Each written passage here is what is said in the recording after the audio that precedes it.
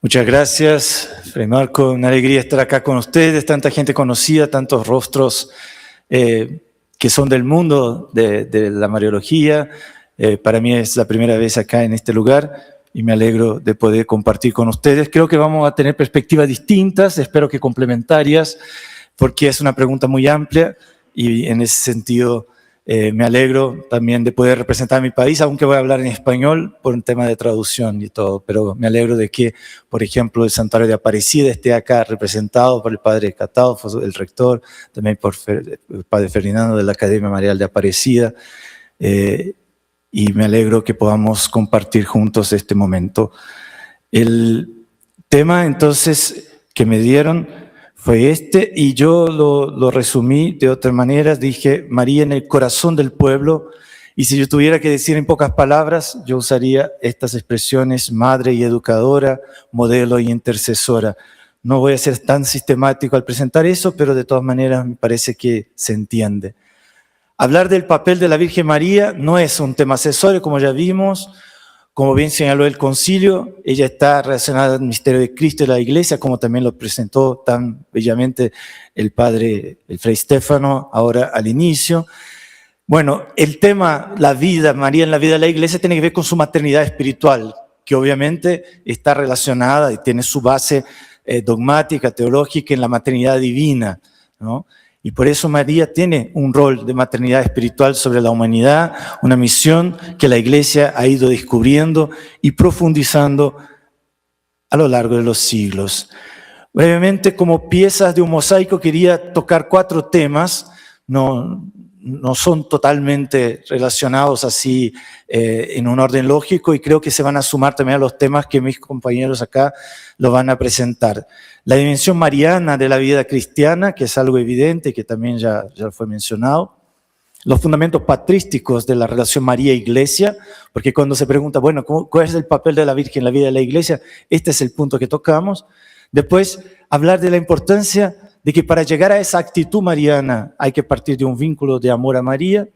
Y después la relación del pueblo latinoamericano con María, especialmente en la reflexión de distintos teólogos. Voy a tomar de distintos teólogos estos 4 temas. O sea, el documento de la PAMI del año 2000, la Madre del Señor, sigue siendo un marco para nosotros, y hay que seguir siempre de nuevo volviendo, porque ahí se trazaron temas fundamentales de Mariología. Y en ese documento, en el número 54, el documento explica por qué podemos hablar de una dimensión mariana de la espiritualidad cristiana. Es decir, cuál es el papel de la vida de María en la vida de la Iglesia. Tiene que ver con la espiritualidad cristiana como tal. O sea, la espiritualidad cristiana tiene un colorido mariano. Y eso tiene que ver, como el concilio bien lo definió, que con la cooperación de María en la salvación. María no fue un instrumento pasivo, fue una generosa colaboradora en la obra de la redención, uniendo su vida de su Hijo desde la encarnación hasta la cruz, como ya lo recordamos hoy. Y lo interesante es que asunta al cielo sigue ejerciendo esta misión. O sea, eso no terminó, por lo tanto, hay que tener tanto la visión de María de los evangelios como la visión de María en la gloria del cielo. Y por eso que el concilio habla que hay una maternidad en el orden de la gracia. Ella ejerce una función, y ahí es interesante entender eso, de generación, nutrición y educación de los discípulos. Por eso ella tiene que ver con nosotros, buscando que alcancemos la perfecta conformidad con Cristo. Ella ayuda a generar Cristo en nosotros en la fuerza y en el poder del Espíritu, obviamente. Esa maternidad, entonces, es una función vital. El valor ejemplar de María es evidente. En ella encontramos el modelo de virtudes evangélicas de todas las que podamos imaginar. Es el ejemplo perfecto de cómo tener una relación filial con el Padre, vivir en comunión con el Hijo y una docilidad absoluta al Espíritu. Y después vamos a decir cómo debemos mirar a ese ejemplo de María, no solamente como algo distante, sino algo que es parte de nuestra vida. Y en ese mismo sentido, el documento de la PAMI sigue diciendo: la Iglesia no solo se parece a María, sino que tiene siguiendo esta idea muy conocida de Baltasar, un perfil mariano. Eso significa que los rasgos de María, incluyendo su dimensión esponsal de entrega total, definen lo que la Iglesia está llamada a ser. Y por eso la miramos con gusto y tratamos de seguir sus virtudes. Pero ahora yo quisiera hacer la pregunta, ¿cómo la Iglesia llegó desde el Evangelio, que es bastante escueto, bastante simple en la presentación de la Virgen María, aunque muy profundo, o sea, son pocos pero densos los versículos evangélicos, como recién vimos en la presentación del Padre Estéfano, pero cómo la Iglesia fue llegando a asociar tan íntimamente María con la Iglesia, o sea, cómo la fe cristiana, cómo los cristianos, los primeros cristianos, y acá yo sigo a un autor, Gisbert Grenzhack, un alemán, que escribió de todos los tratados de teología, al final de su vida, casi como una síntesis, incluso en Alemania, que no son tan marianos, se sorprendían que su libro Síntesis haya sido justamente María Ecclesia. Vale la pena leer este libro, no sé en qué idiomas estarán, pero de hecho es una joyita. Y desde ahí, él va siguiendo en uno de sus capítulos el proceso que se dio en la Iglesia, ¿no?, de forma gradual y lenta, partiendo de la Sagrada Escritura, obviamente, y que finalmente en el Concilio Vaticano II se recuperó. Pero bien, volviendo al inicio de la Iglesia, el concilio optó por incluir la Mariología, entonces, dentro, como lo vimos, del documento sobre la Iglesia, justamente por esa fuerte unidad que existe entre María y la Iglesia. Y lo puedo decir también que lo vi muy fuertemente en mi estudio, cuando vi el pensamiento, en mi estudio doctoral, cuando vi la relación que el Papa Francisco veía de María. O sea, constantemente en sus afirmaciones, cuando afirmaba algo de la Iglesia, lo decía de María y viceversa, ¿no? Como quedó muy bien presentado en la Evangelii Gaudium al final, ahí el número 287, 288, donde recupera un texto que le era muy querido de Isaac de Estela, un autor medieval, en que habla justamente que como María, todo lo que podemos decir de María como madre, esposa, también se puede decir de la Iglesia y de cada uno de nosotros, del alma humana. Bueno, ¿cómo se dio eso? En el periodo patrístico sabemos que el primer desarrollo fue el paralelo Eva-María, propuesto ya en el siglo II por Justino Irineo. Y ese paralelo, como también ya lo mencionó Estéfano, otorga a María un significado soteriológico, una misión maternal de mediación. Si por la desobediencia de Eva entró el pecado y la muerte, por la obediencia y la fe de María entró la vida y la salvación en el mundo. María entonces no actúa solo al inicio, sino que sigue contribuyendo activamente al plan de Dios, convirtiéndose en abogada de Eva, el título más antiguo, uno de los más antiguos, y nueva madre de los vivientes. También a partir de aquí surge el paralelo María-Iglesia. El significado soteriológico es también el de la Iglesia, que por la fe y el bautismo hace nacer a los hombres para la vida nueva en Cristo. Y de ahí que en la patrística, eso lo explica Grenzhack de una manera muy interesante, las dos imágenes empiecen a mezclarse, ¿no? Porque bueno, varios autores van a decir, como en el caso de San Ambrosio, la idea de María como tipos ecclesiae que va a ser rescatada por la Lumen Gentium. Y ahí los estudiosos no están totalmente de acuerdo en afirmar sin más una unidad e identidad total entre María y la Iglesia en el periodo patrístico. Parece más adecuada la postura de Markus Hoffmann, que defiende una Überblendung de las dos imágenes, o sea, una transición gradual de una imagen a la otra.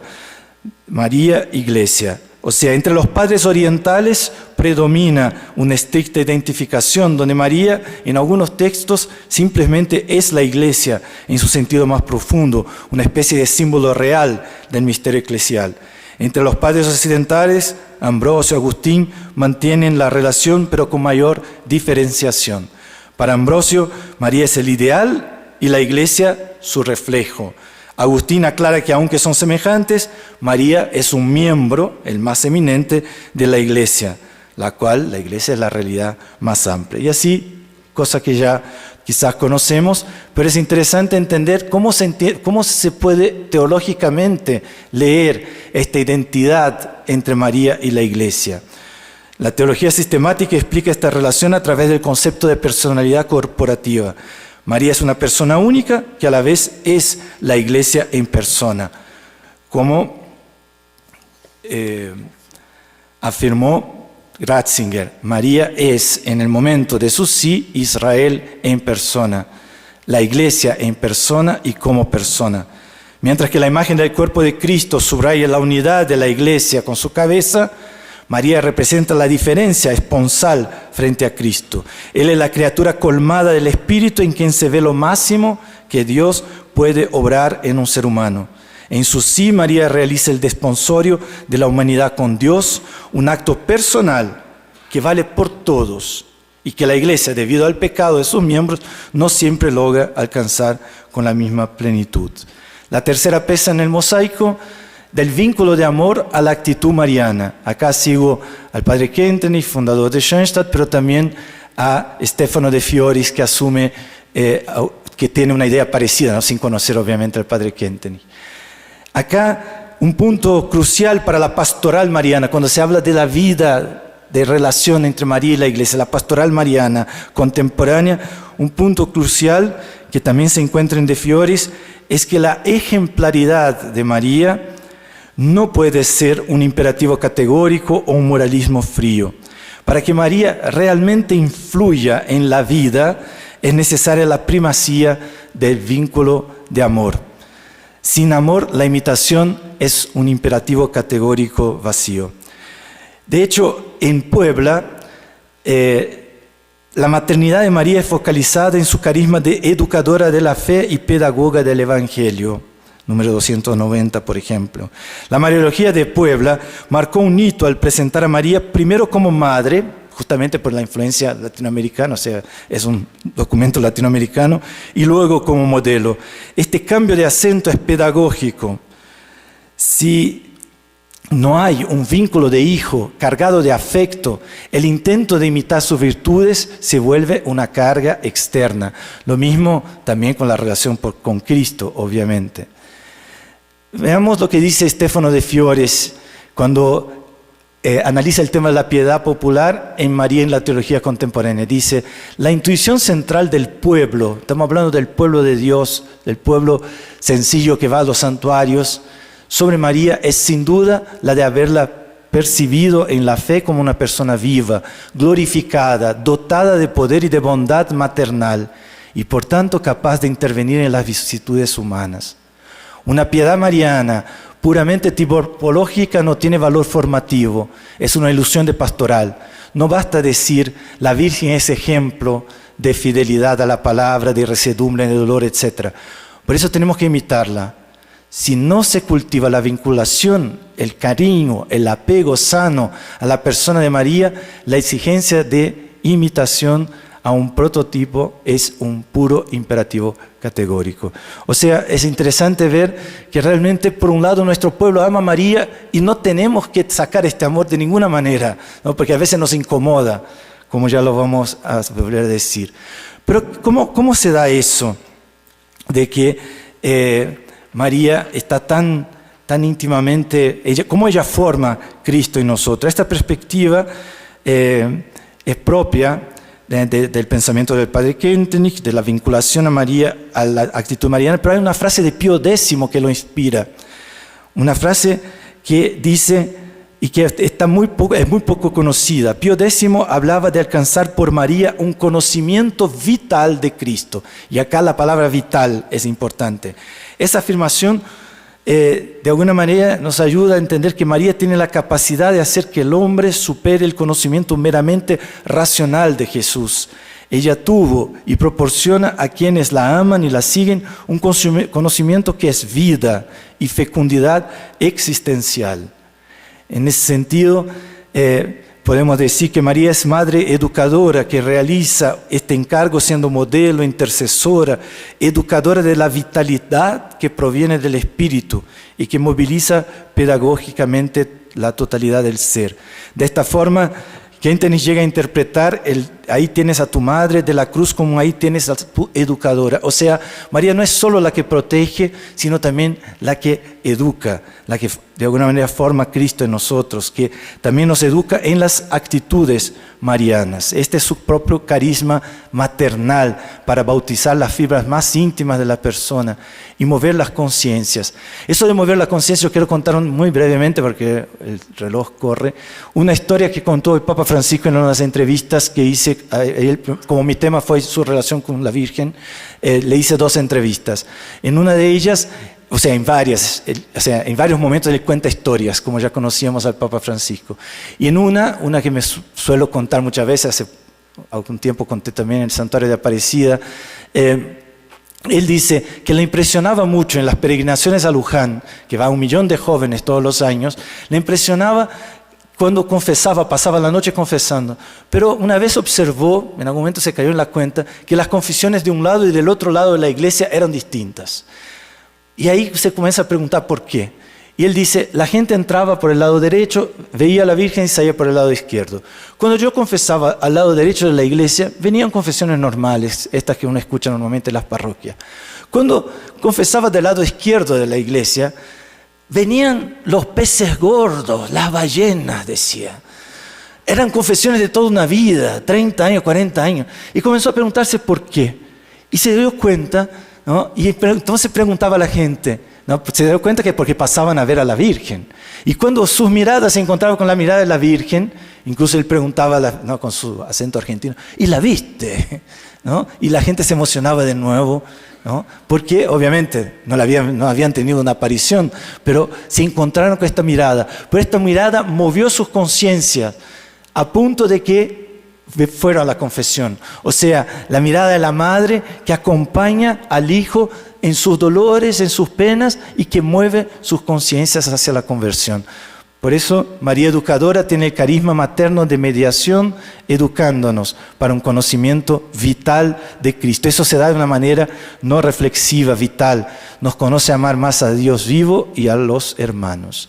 Y eso se da por vivencias. Toda la piedad popular está llena de vivencias, verdades de fe que son asumidas vitalmente sin tanta reflexión, ¿no? Por eso el Papa habla de la revolución de la ternura. La pedagogía de María es la de la cercanía y del encuentro. Ya conté la historia del Papa. Y un último teólogo que quisiera mencionar, que vale la pena profundizar, que ya participamos en una banca aquí con María Clara, el Rafael Tello, un teólogo argentino del inicio de la teología del pueblo, que fue profesor en Buenos Aires y que fue recuperado de alguna manera también por Francisco en los últimos años, en los últimos 10 años. Él habla del desborde de amor. La piedad popular suele ser exuberante y a veces parece exagerada para los ojos racionalistas. Sin embargo, como decía Newman, el amor que no exagera no es verdadero amor. El pueblo ama a María con una pasión que desborda los límites teóricos, ¿no? Y Newman justifica eso, ¿no? La religión actúa sobre las emociones. ¿Y quién puede impedir que éstas, una vez que se despiertan, cobre fuerza y desborde, ¿no? Por eso a veces, teológicamente, cuando el pueblo escucha, esa es la madre de Dios, es comprensible que use el lenguaje cada vez más fuerte, que llegó a la exageración antes del concilio y por eso esa mariología tanto de las glorias. Pero bueno, de todas maneras es comprensible que en el lenguaje popular siga. Y siguiendo el sensus fidei, el pueblo posee un instinto de fe que le permite reconocer una persona viva, poderosa, maternal, capaz de intervenir en su historia. Es muy importante nosotros que estamos viendo el acontecimiento guadalupano y el fenómeno de la religiosidad popular en Latinoamérica, ¿por qué el pueblo le quiere tanto a María? No hay que seguir solo con nuestras categorías académicas, sino también ir a la cultura popular, porque en la cultura popular se accede a los contenidos de fe más por vía simbólica que por la razón instrumental. Y es por eso que en la boca del pueblo Dios y la Virgen viene fácil, que Dios te bendiga, que la Virgen te acompañe. Esto viene muy seguido. Y eso no siempre pasa por la distinción metafísica o catequética, ¿no? Muchas veces en el toque que un fiel hace a la Virgen, ahí puede ser que no esté todo el credo, pero está toda su vida. Es una adhesión de fe completa, con todo lo que es. Y eso también es fe real y profunda, aunque no estén todos los contenidos. Por eso el pueblo entiende estos dos, Cristo y la María, unidos. No hay Cristo sin la Madre. No la ve solo como una intermediaria, sino que en ella también encuentra descanso y plenitud. Y por eso saborea la presencia de Dios.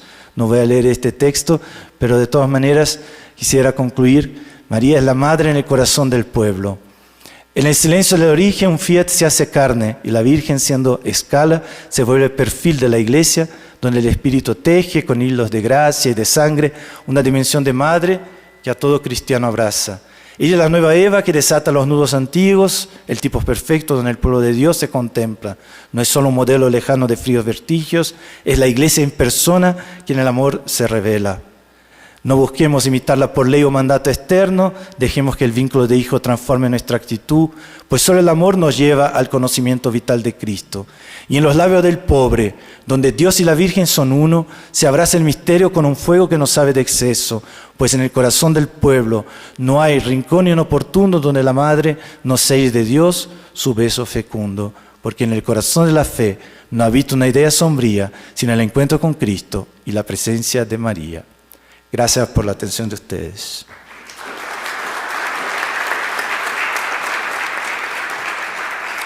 Muy buenos días a todos, a todas. Muchas gracias por esta invitación.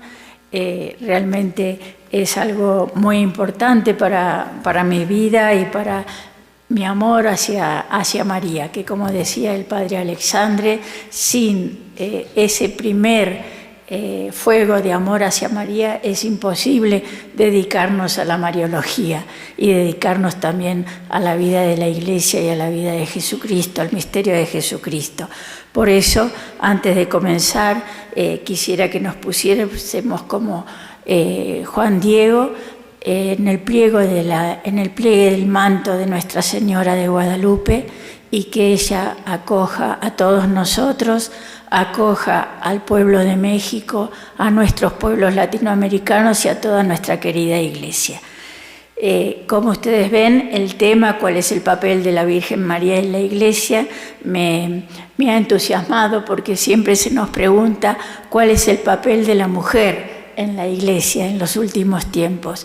Pero no hay papel de la mujer en la Iglesia, como decía el padre Estéfano, si antes no tenemos a María como nuestra gran inspiradora, nuestro modelo, nuestra figura de mujer a la cual hemos de seguir y a la cual hemos de procurar estar cerca de ella y tenerla como compañera, madre y hermana de camino. Bueno, para desarrollar el tema vamos a partir del Concilio Vaticano II, de la Dei Verbum, donde dice que es en la palabra de Dios donde la teología y por supuesto también la tradición y el magisterio encuentran su fuerza y de donde sacan toda su juventud, profundizando bajo la luz de la fe en toda la verdad oculta en el misterio de Cristo y por supuesto incluimos nosotros, por mi parte, en el misterio de María. Por eso necesitamos preguntarnos, ¿cuándo surge María? ¿Cuándo surge María en nuestra vida? ¿Cuándo surge María en la Iglesia? Y realmente María surge cuando los escritores del Nuevo Testamento hacen referencia al cumplimiento del plan de Dios en Jesucristo, por el que surge la Iglesia. Y entonces es cuando aparece María. María no aparece de una forma uniforme en los Evangelios ni en el Nuevo Testamento, sino que expresa el Nuevo Testamento un proceso de crecimiento y maduración de la persona y del rol de María, de la mano de la reflexión y profundización y actualización del misterio de Jesucristo. Es un proceso que va desde las discretas palabras de Pablo a los Gálatas, nacida de mujer, hasta la elaboración teológica de Juan en las bodas de Caná, en el Calvario y también en el Apocalipsis con la manifestación de la mujer celeste. Esta presencia de María, decimos, es multiforme, refleja que ella está, porque las comunidades proceden de Cristo y Cristo ha venido al mundo por medio de María. El hecho biológico de la maternidad es el punto de partida, pero no el punto final. La interpretación y el diálogo entre las diversas teologías marianas en la Iglesia vienen desde el inicio del Nuevo Testamento.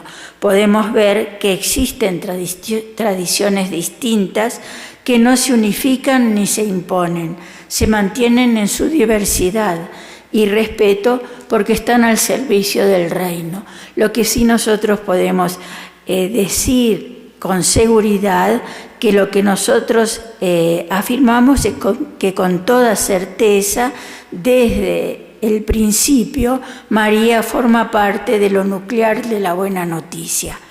También nos preguntamos cómo es presentada María en el Nuevo Testamento.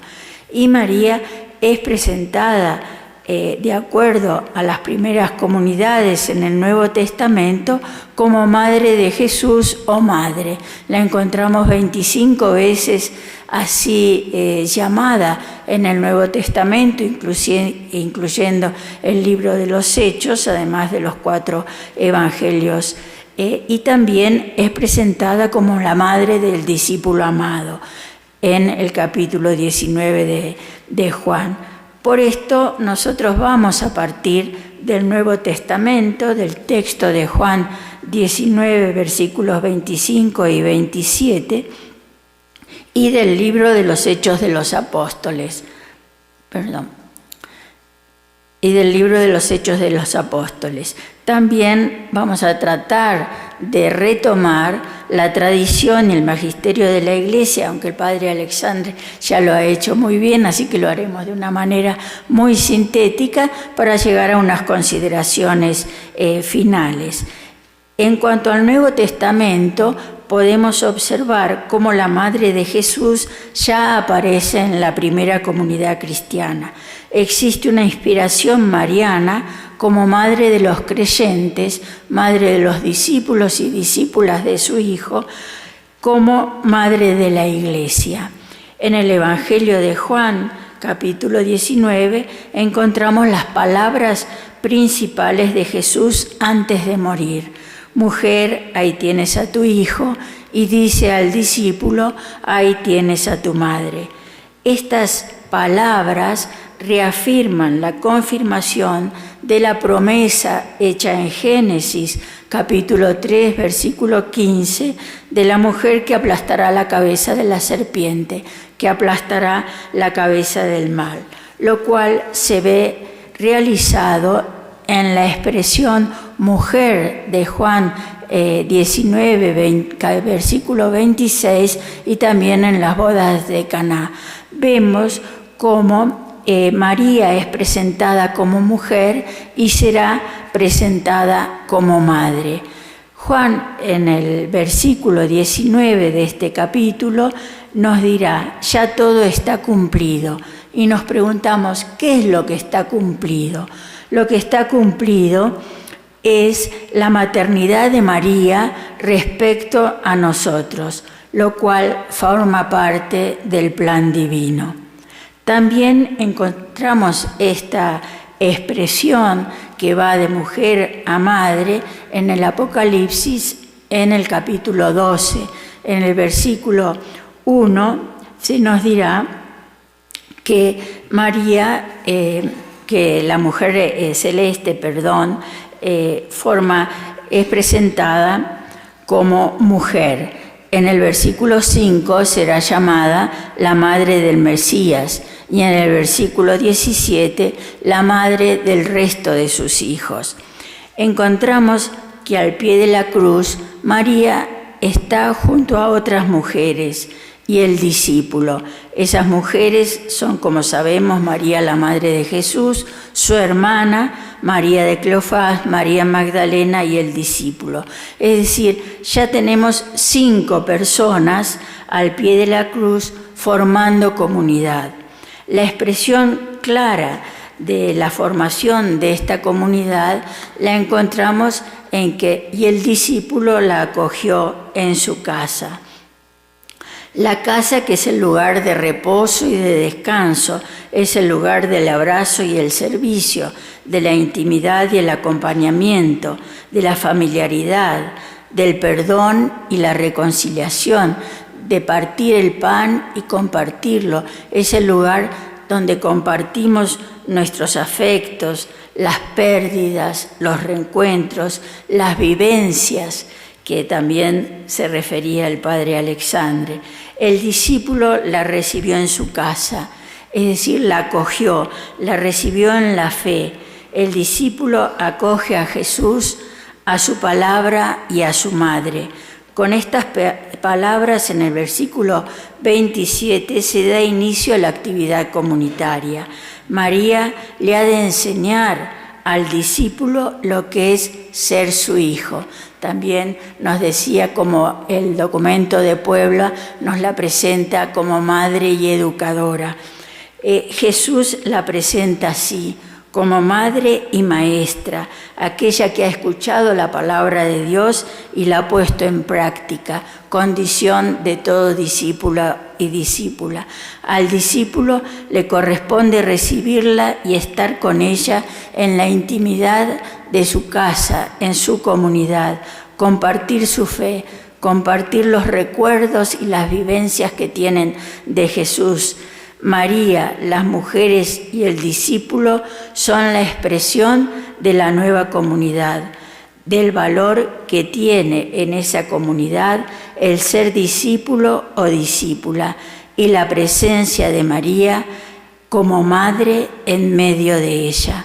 Por eso el Papa Francisco nos recordaba, nos dirá que Jesús, muriendo en la cruz, nos ha dado a María como madre, diciendo: «He ahí a tu madre». Este es el testamento de Jesús, quien da al mundo una madre. María, al pie de la cruz, vuelve a decir: «Aquí estoy, heme aquí», como pronunció en la Anunciación, como respuesta a la invitación e iniciativa de Dios de ser la madre del Mesías. La fe de María crece y madura en los acontecimientos de la vida, en los acontecimientos de su vida. Está de pie junto a la cruz y recibe una nueva misión que la configura como madre de la Iglesia. El cuarto evangelio tiene una palabra sobre María que es preparación e inicio de lo que será la actividad comunitaria que se desarrollará en el libro de los Hechos.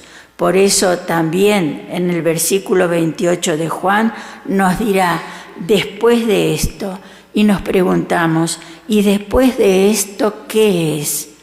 Lo que ocurre después es la inauguración de la comunidad eclesial, de la primera comunidad cristiana, en la cual Lucas nos dirá quiénes son los miembros primitivos de la Iglesia, signo de todos nosotros, signos de los creyentes posteriores.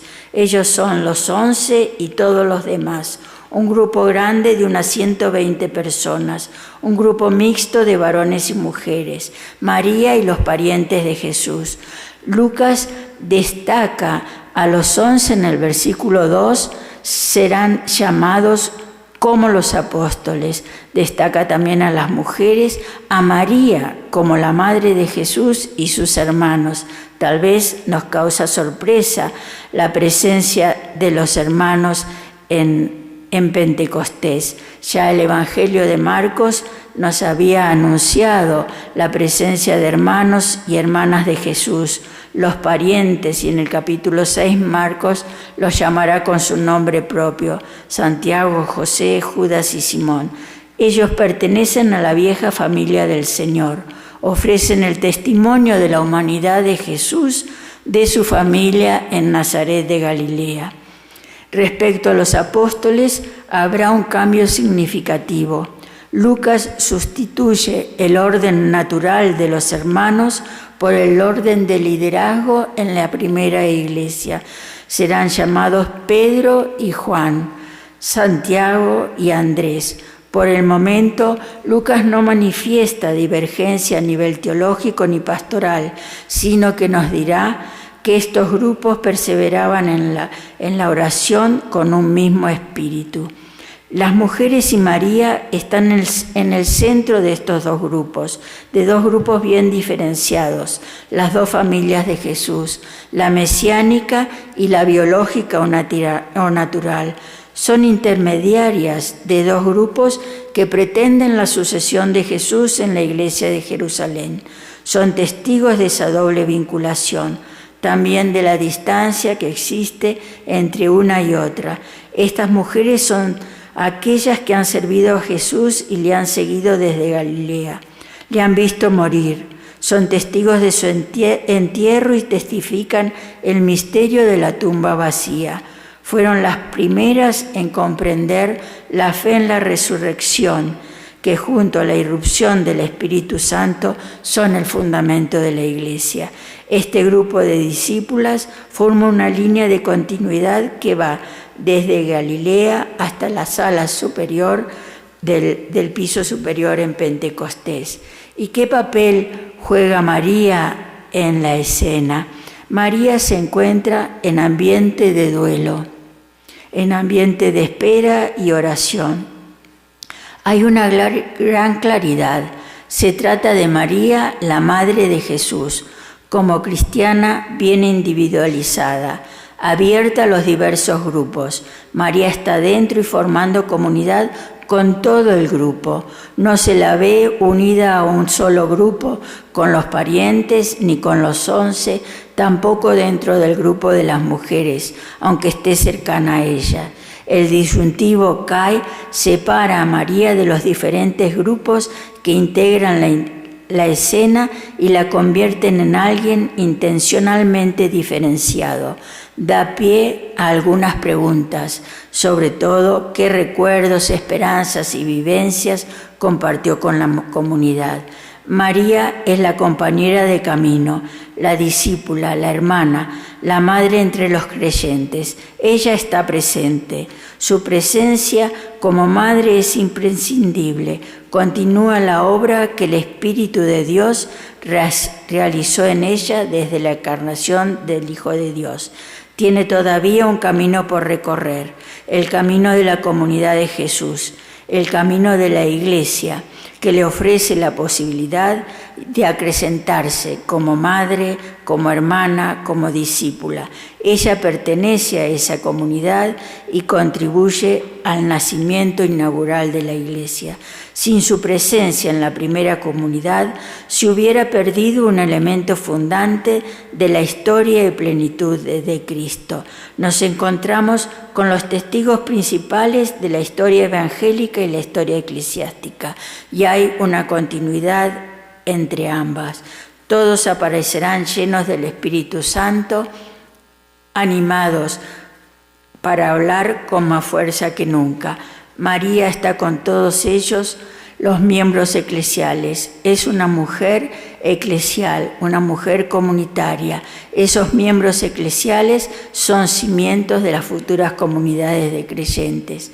En cuanto a un poco de historia en la tradición y el magisterio, podemos decir, como nos recordaba el padre Alexandre, que ha estado presente en la sensibilidad de los padres de la Iglesia, aunque el nombre Madre de la Iglesia fue empleado por primera vez en el siglo IX por un monje benedictino pentiagudo. De tarde en tarde, los diversos papas en el magisterio la han nombrado como padre de la Iglesia, hasta que con Pablo VI, dirá el Papa Juan Pablo II, con él alcanza su plenitud doctrinal. Y vemos cómo esa plenitud doctrinal se fue desarrollando tanto en el documento de Puebla como con el documento de Aparecida. Y llegamos al Papa Francisco, que el 11 de febrero del 2018 estableció oficialmente la celebración de Santa María, Madre de la Iglesia, en el calendario eclesial, el lunes después de Pentecostés, para enfatizar el rol materno de María en la vida de los creyentes. El Papa Francisco hace obligatoria esta memoria fundamentándose en el Evangelio de Juan en el capítulo 19. También tenemos que la nueva nota del Dicasterio para la Doctrina de la Fe refuerza los títulos marianos de María como Madre de los creyentes y Madre del pueblo fiel. Tenemos como consideraciones finales, podemos afirmar que la Iglesia tiene necesidad de María en la valoración efectiva de su presencia materna, de su presencia gratuita y discerniente, necesaria en la comunidad de la cual es madre, discípula y hermana. En el término madre de todos los creyentes y madre de la Iglesia, tenemos el título verdaderamente principal y original de María, fundamento de una visión desde los criterios bíblicos. Podemos decir que la maternidad de María no se agota con la generación del Cristo físico, sino que ese Cristo es cabeza del cuerpo que es la Iglesia. Por eso su maternidad se extiende de forma analógica a todos los miembros de ese cuerpo sin extensión. Por lo cual seguimos afirmando que el papel de María en la Iglesia es que es nuestra madre, madre de los creyentes y, como diría San Agustín, madre del pueblo fiel.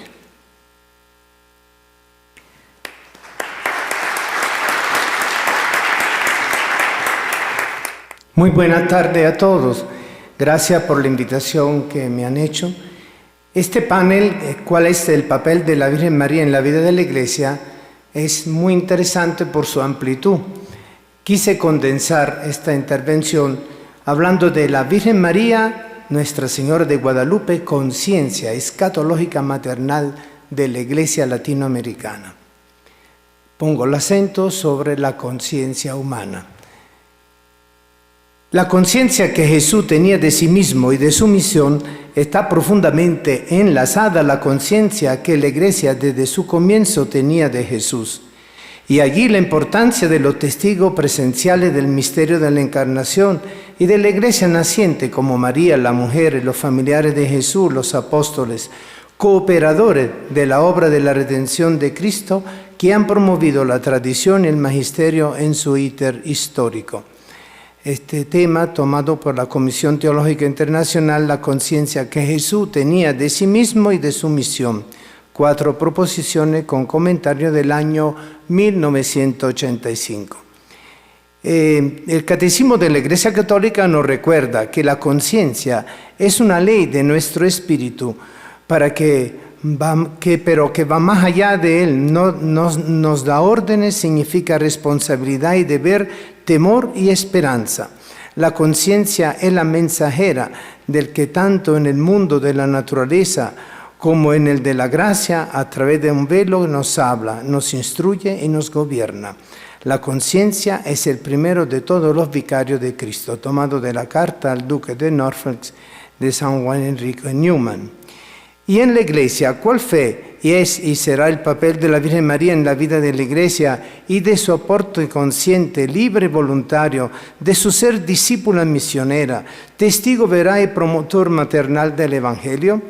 Desde el comienzo de su historia, la Iglesia está consciente del misterio de la primacía de la gracia en la evangelización, la celebración, el servicio a los pobres, papel fundamental que se cumple en María, la llena de gracia, redimida por Dios desde su concepción. La presencia virginal maternal de María in persona ecclesiae es la referencia cierta, esperanzadora del anuncio querigmático de la Anunciación y al pie de la cruz, y al comienzo de la Iglesia naciente, como nos relata el libro de los Hechos, que conlleva a la comunión, participación y misión de la Iglesia universal, continental y local en camino, como nos recuerda la sinodalidad. Voy a utilizar algunos principios filosóficos teológicos para aclarar un poco lo que he querido transmitir. El principio de correlación y el proceso de la conciencia. El principio de correlación en teología y catequética nos ayuda a complementar la comprensión entre persona, conciencia, iglesia, historia, la doctrina, la devoción popular y la mariofanía. Según Mardoncet, autor de la Théologie pratique entre les correlations et les prophéties, el método de correlación en la teología práctica para la conciencia reflexiva en la acción de la Iglesia plantea una diferencia con la teología pastoral entre la acción reflexiva y la acción práctica de la Iglesia. Así como nos dicen en un artículo muy interesante de Juan Manuel Torres Serrano, en Teología Xaveriana. El método antropológico teológico pastoralista busca establecer una integración según el principio de correlación y el principio de no contradicción entre las verdades reveladas, superando la diferencia precisamente en el proceso de la concientización de la persona, donde trascendencia, realidad vivida en la historia de la salvación. El absoluto y particular se integran en la correlación gracia y vida que la conciencia humana celebra en la dinámica de la fe vivida y la fe expectante y se dinamiza en la conciencia moral, así como lo indica el principio de no contradicción del Actus Essendi de Santo Tomás de Aquino. Es la correlación gracia-conciencia don y ámbito del contexto personal, donde ambas realidades divina y humana se corresponden y surge la deliberación y decisión de la respuesta. Es la acción ético-moral que se da por gratuitamente sin merecimiento, acto divino en lo humano que dignifica y santifica la persona humana que se dispone a la acción de Cristo y del Espíritu Santo. El motivo de nuestro orgullo, dice San Pablo, es el testimonio de nuestra conciencia, de la que nos hemos conducido en el mundo y sobre todo respecto de vosotros, con la santidad y la sinceridad que viene de Dios y no con la sabiduría carnal, sino con la gracia de Dios, de la carta segunda a los Corintios. El otro punto que voy a tocar es la conciencia y disponibilidad maternal de María. Me hizo mucho ruido justamente en la declaración de Mater Populi Fidelis el término de disponibilidad aplicado a María. La disponibilidad maternal y virginal es un hecho totalmente consciente y por eso María es fundamental para la realización del plan divino que la lleva a la cooperación, a la gracia en su respuesta obediente a la escucha. Es una maternidad en el orden de la gracia. Dice justamente el documento Mater Fidelis, solo Cristo puede merecer para otro la gracia primera. Ningún otro ser humano puede merecerla en sentido estricto de condigno. Y en este punto no cabe duda alguna. Nadie puede ser justo sino aquel a quien se comunican los méritos de la pasión de nuestro Señor Jesucristo.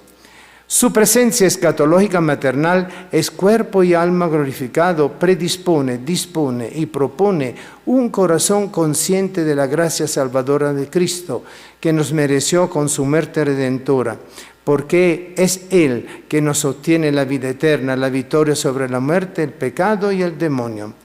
María conoce y reconoce lo que recibió y lo vive acogiendo a los discípulos amados de todos los tiempos que su Hijo le confió como madre al pie de la cruz. Es la conciencia maternal que inspira el corazón de madre como la fuerza y unidad al misterio de la evangelización en acto. Las mariofanías son la realización escatológica pastoral del carácter de la maternidad dispositiva por obra y gracia del Espíritu Santo a lo largo del tiempo de la Iglesia hasta que Cristo vuelva. El acontecimiento guadalupano impulsa el comienzo del nuevo capítulo histórico que se renueva continuamente como la gracia permanente de santificación para todos los creyentes, no solo los devotos a ella confiados. Es una actitud maternal permanente de intercesión, acogida, protección. ¿No estás aquí en el hueco de mi brazo con que María escucha, decide y actúa? Y como nos recuerda también el Papa Francisco en la palabra en el rezo del Santo Rosario en el 2013.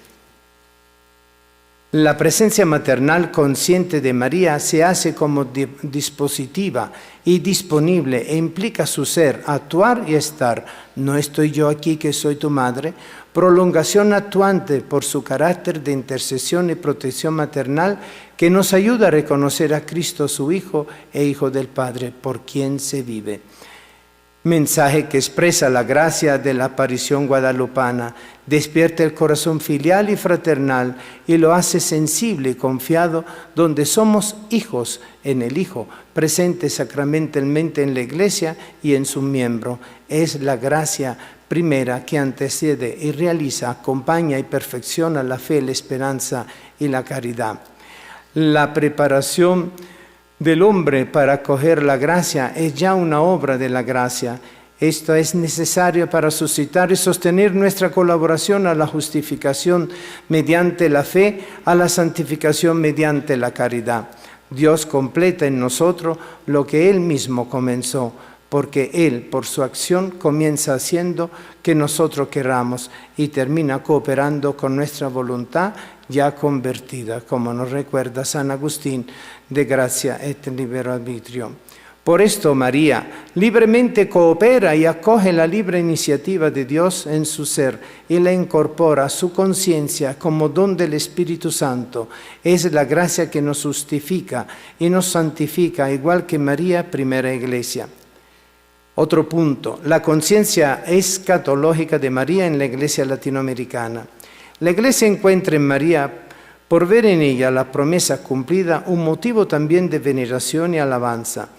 Esto alimenta la esperanza y el consuelo, porque María es el ícono escatológico de la iglesia.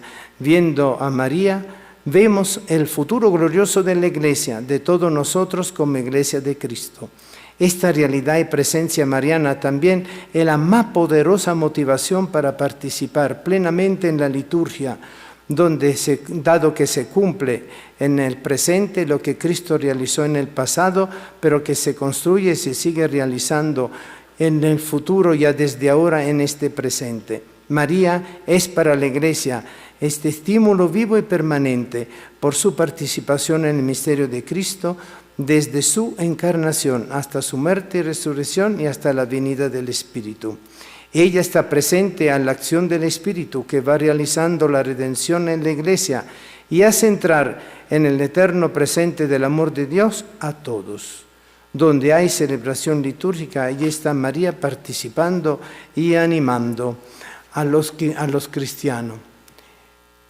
María en la Anunciación vive al mismo tiempo la concientización de la gracia de la Encarnación y experimenta el acto autoconsciente de sí misma en la comprensión y la vivencia del acontecimiento en desarrollo. Es el imperativo categórico del acto moral de su experiencia de Dios entre en él. ¿Cómo va a ser posible eso, dado que no conozco varón y él hágase en mí tal como tú has dicho? Es el nexo misterioso, lugar escatológico eclesial de la siempre Virgen María, Madre de Dios y nuestra. Es escogida y confirmada por el Padre en el Hijo en su maternidad. Desde la boda de Caná, hagan lo que Él le diga, hasta ser crucificada en el Calvario, culminando con su muerte gloriosa primero, y obedeciendo siempre al impulso fiel, amoroso, maternal de la voz de su conciencia. Luego, uniéndose por su gloriosa asunción a la creación entera, gime maternalmente dolores de parto, e igual de nosotros que ya hemos recibido el Espíritu Santo, para que se cumplan nuestros derechos de hijos y la redención de nuestro cuerpo. De la carta a los Romanos 8, 22, 23. Concientización mística de los elementos iconográficos del ayate de San Juan Diego. La tilma guadalupana, señal viva de la conciencia que María tiene de la Iglesia y la Iglesia tiene de María, recoge y configura universalmente con la estrella marcada en ella los misterios gozoso, luminoso, doloroso y glorioso de la maternidad espiritual bajo el manto maternal como primicia de la gracia evangelizadora. La gracia florece en los corazones conscientes del amor de Dios para producir los frutos del Espíritu, con las flores del rosal en la montaña que San Juan Diego recoge a pesar del invierno, signo escatológico entre la primera y la segunda venida de Cristo. El santuario solicitado por la madre a Juan Diego, la casita de María, es lugar de bendiciones, peregrinaciones, conversiones, santificaciones del pueblo de Dios. Es el jardín del amado donde amor con amor se paga. El tiempo del invierno y el signo de la floración del rosal configuran la gracia carismática guadalupana en la época del contexto histórico de la aparición guadalupana en tierra americana de misión entre el 9 y 12 de diciembre del 1531, luego de la ruptura del enfriamiento de la conciencia católica europea a partir de la Reforma luterana.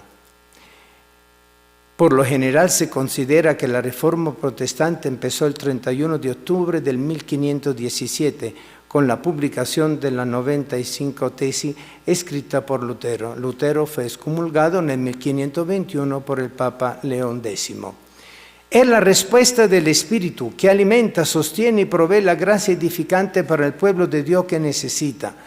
El acontecimiento mariofánico guadalupano es la primera catequesis carismática, mistagógica, enculturada, original y originante de la evangelización de las Américas, tierra donde iba a prosperar el protestantismo histórico. Es un antecedente a considerar, preecuménico del encuentro de cultura y credos bajo la protección maternal y el influjo de la Virgen, bajo la vocación de Nuestra Señora de Guadalupe, que viene a transformar los corazones y renovar la conciencia eclesial.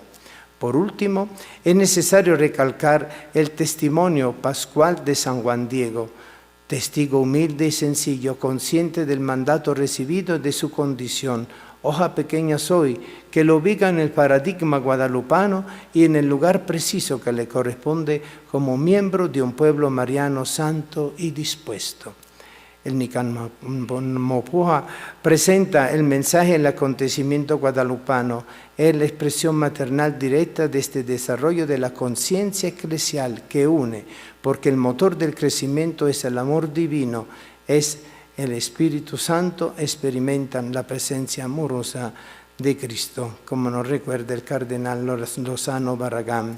San Juan Diego es enviado por la Virgen María a vivir la experiencia del discípulo misionero que anuncia lo que ha vivido y lo que se pide a la Iglesia para vivir. La Iglesia de Cristo emerge y se renueva permanentemente desde esta concientización amorosa de su maternidad original, virginal, y que motiva la perfección progresiva en el mismo acto de amor recíproco por la obra y gracia del Espíritu Santo que santifica. Es la esponsalidad mística, antropológica y eclesial que se hace fecunda en la filiación y fraternización, mirando a Dios y dejándose mirar por Dios. Con María y como María, Iglesia, en la correspondencia mutua, como nos recuerda el Cantar de los Cantares. Ella se prefigura, figura y configura escatológicamente la Iglesia desde su Inmaculada Concepción, su gloriosa Asunción, Iglesia del Hijo del Hombre, Iglesia predestinada en el amor, la Iglesia pascual, martirial y escatológica. Entonces hay una relación profunda entre espiritualidad, conciencia y pastoralidad mariana guadalupana. No voy a entrar en profundizar el punto porque no me alcanza el tiempo. Y después trato la conciencia del amor recíproco, filial, maternal, que María despierta en nuestra conciencia. La intersubjetividad del personalismo filosófico-teológico pone en evidencia la importancia de la acción recíproca que suscita el Espíritu Santo en Cristo en la conciencia, en la mente y en el corazón del hombre, de fe que coopera a la obra de la redención. María es la primera creyente modelo de fe viva que coopera conscientemente a la fe de la Iglesia, promoviendo la disposición a la acción del Espíritu Santo Paráclito, motor del amor recíproco, filial, fraternal. Esta reflexión de la reciprocidad interactuante e intersubjetiva relacionada a la realidad de la conciencia de la Virgen María se pone en evidencia en lo que dice San Lucas, en el guardar todas las cosas en su corazón traspasado por la gracia de la palabra, de la encarnación redentiva y con la fuerza y la audacia profética del Espíritu Santo, y que la Virgen María, Virgen desposada y Madre y Virgen en el Espíritu, comparte abiertamente con los discípulos desde Pentecostés. Las mariofanías tienen característica teológica pastorales, propiamente dicha, que a nosotros nos gusta porque nos ayuda a descubrir la ponencia. La conferencia está ya entregada al Congreso, si la quieren la pueden pedir, ¿verdad? La conciencia de la Iglesia sobre María y su función y criterio es muy importante porque las apariciones marianas tienen características, la voy a enumerar. Tienen la característica bíblica, antropológica, litúrgica, ecuménica de la mujer de signo de la primacía de la gracia en la evangelización. Tienen característica para una catequesis mistagógica de iniciación a partir del evento, mensaje, así como lo define el directorio para la catequesis en el numeral 100, con los testigos, en correlación con el contexto histórico del momento y de su permanente actualización y renovación, la procesualidad propia del acompañamiento, reconocimiento y discernimiento. Tienen características de inculturación del Evangelio y de dignificación de la persona, de la familia y de los pueblos. Tienen características de sinodalidad, de comunión, participación y misión y aplicación pastoral evangelizadora por ser factor de renovación eclesial constante. Tienen características de promoción de la transpastoralidad eclesial y de la valoración de los distintos carismas que se correlacionan en el evento en sí. Tienen características de promover la realización de la pastoral de santuario, peregrinaciones, pastoral de multitudes de la pequeña comunidad de fe, desde la parroquia en salida y de la realidad sectorial. Tienen características para impulsar la vida cristiana en la vida sacramental de fe, esperanza y caridad, en el camino de la conversión personal, pastoral y social. Tiene la característica de presentar la figura ícono de María como la conciencia maternal escatológica de la Iglesia en y desde el lugar donde acontece. Voy a culminar con esta reflexión. Nuestra Señora de Guadalupe es un acontecimiento para la humanidad sufriente, perseguida, adolorida y alegre, creyente en Latinoamérica, una iglesia en salida para todo. Tomemos conciencia de la gracia guadalupana que el Señor nos ha concedido y que María Iglesia nos ofrece. Cristo dijo en la cruz, Eloí, Eloí, lama sabachthani, y mirando agonizando a su madre, ella le dijo con su mirada, ¿y no estoy aquí yo que soy tu madre? Muchas gracias.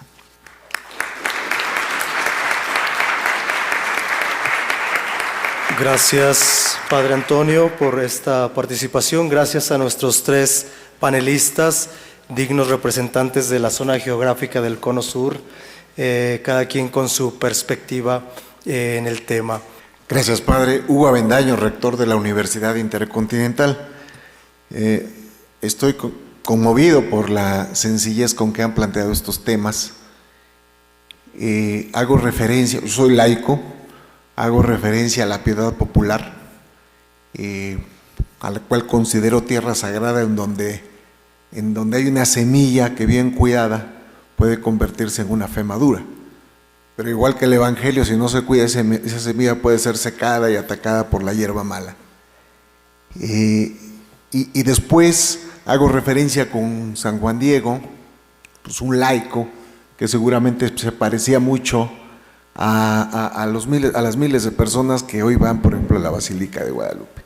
Entonces yo quisiera escuchar sus experiencias de vida en el acompañamiento de la maduración de la fe, en sus contextos, y cómo esto también, pues es una tarea de iglesia. Aquí hay pastores, hay sacerdotes, etcétera, pero yo quiero ampliarlo, es decir, los laicos, los movimientos laicales, sus experiencias de vida a mí me enriquecerían mucho. Gracias. Bueno, parto de una experiencia personal y una experiencia que me marcó para interiorizarme sobre María. Cuando estaba haciendo el noviciado, en la oración de la visita de María a Isabel, cuando Isabel le dice a María, ¿quién soy yo para que venga a visitarme la madre de mi Señor? Esas fueron para mí unas palabras, las palabras de Dios que a través de María me llegaba y me tocaba el corazón.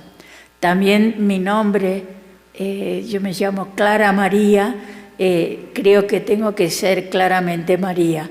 Entonces, desde mi nacimiento, que nací el día de la Medalla Milagrosa, siempre tuve una experiencia personal muy fuerte con María, aunque debo decir que primero fue con Jesucristo hasta que fui descubriendo eso. Y a lo largo de la vida Dios permitió que pudiera profundizar en María. Esa es mi experiencia personal, y también fui acompañada por el Padre Tello, quien inauguró la peregrinación de los jóvenes a Nuestra Señora de Luján. Y son 1 millón y 2 millones de jóvenes que peregrinábamos y peregrinamos a Luján. Este es el que anda. No puedo dejar de responder porque el tema de la piedad popular me ha ocupado todo el tiempo.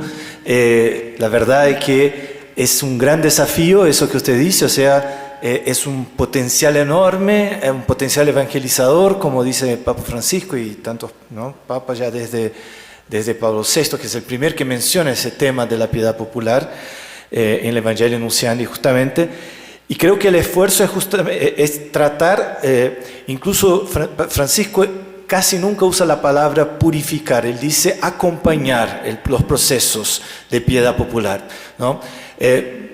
Me tomo la libertad de dar el ejemplo del Santuario de Aparecida, ¿no? Tenemos acá el rector. Yo creo que ahí se hace un trabajo muy consciente, millones de personas que llegan, pero a través de una novena bien escrita, con toda la base bíblica, con todos los criterios de materiales cultos, digamos, ¿no?, bíblica, antropológica, trinitaria, litúrgica, o sea, de ir preparando, ecuménica, o sea, de preparar realmente muy bien el mensaje que se da en el santuario al peregrino, para que él pueda ser catequizado también en ese proceso. O sea, lo peor que podemos hacer es descalificar lo que ellos hacen, pero sí acompañar, educar en el buen sentido, dar instrumentos para que puedan hacer ese proceso de maturación de la fe.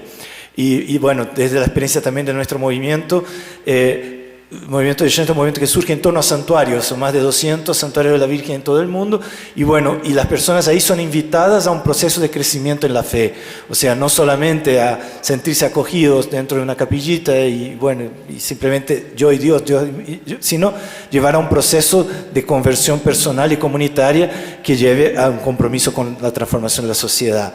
Son procesos, son invitaciones que se tienen que hacer. Muchos la van a acoger, otros simplemente la van a seguir pasando, pero creo que el esfuerzo tiene que ser muy consciente, y agradezco al Santuario de Aparecida que lo hace de una manera maravillosa. No conozco el de acá, seguramente también el de Guadalupe y de tantos otros lados, pero creo que para Brasil ha sido muy importante, porque también a través de la televisión esto se va transmitiendo y va formando realmente una cultura evangelizada desde la piedad popular. El pueblo se espera de María su mirada maternal. Tengo la experiencia en 2 santuarios fuertes en Venezuela. En nuestra arquidiócesis de Barquisimeto está la devoción de Nuestra Señora bajo la vocación de Divina Pastora de las Almas, que cada 14 de enero se celebra, y van 2 o 3 millones de personas a la procesión. Y tomamos en serio en la comisión desde hace más de 20 años toda esta actitud de la evangelización y de lo que se puede realizar pastoralmente a lo largo de la procesión. Especialmente lo que dijo el Papa Francisco, la santuarización de las procesiones, ¿verdad?, que es una forma para poder ayudar el camino de la devoción en la conciencia de que somos pueblo de Dios, somos hijos de Dios. Y le puedo decir que allí, este año estuve confesando el 9, 10 y 11 de enero previamente, y allí la gente venía a más que a decir pecado, a quejarse, a sentir su sufrimiento y a ponerlo a los pies de María. Es un sentimiento increíble que el pueblo vive y que lo siente continuamente, se siente acompañado. Y en el santuario de Nuestra Señora de Coromoto, nacional, Aparecida en Venezuela en el año 1652, tengo la misma experiencia en las confesiones.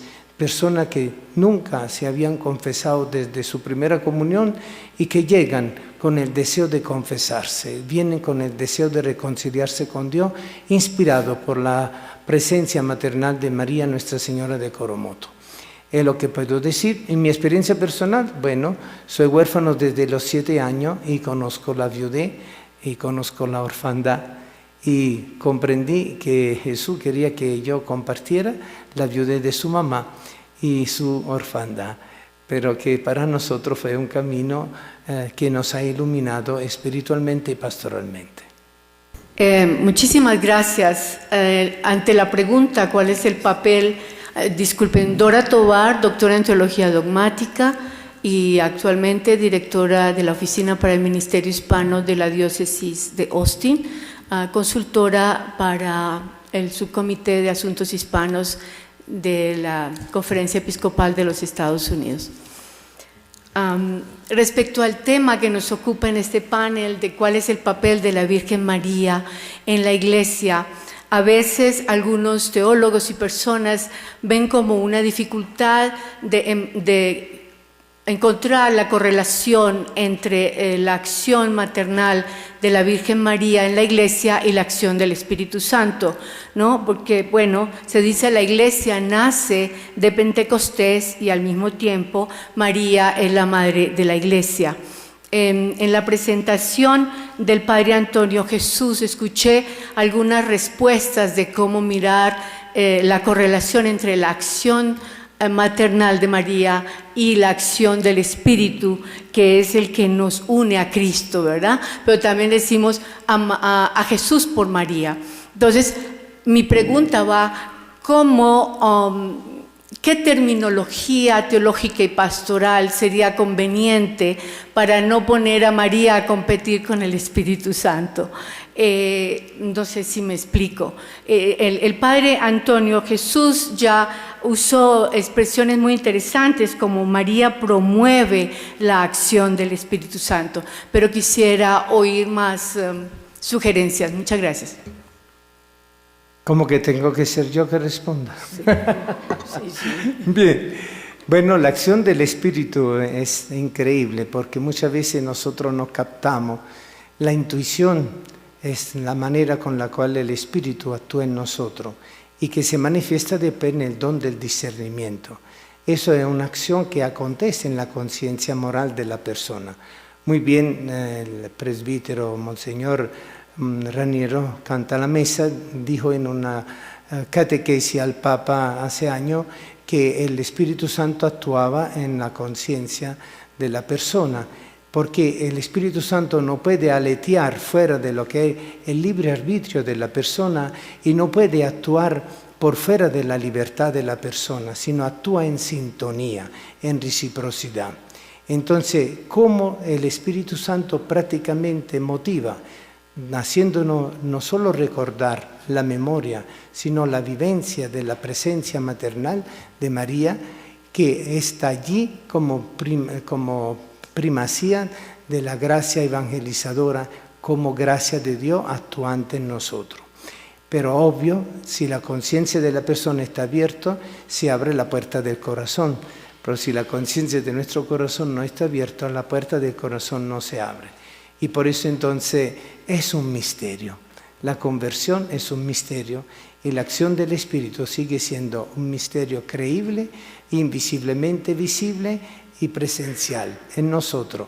Y María es testigo de eso y ella nos puede estar indicando el camino. Ahora bien, hablamos de catequesis mistagógica, ¿verdad? Y hablamos también de una catequesis querigmática, reconducir a una fundamentación bíblica